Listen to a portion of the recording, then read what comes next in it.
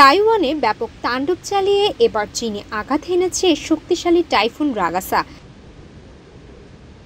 স্থানীয় সংবাদ মাধ্যমগুলো জানিয়েছে, বুধবার 24 সেপ্টেম্বর চীনের দক্ষিণাঞ্চলীয় গুয়াংডং প্রদেশের হাইলিং দ্বীপের উপকূলে আছড়ে পড়ে টাইফুনটি।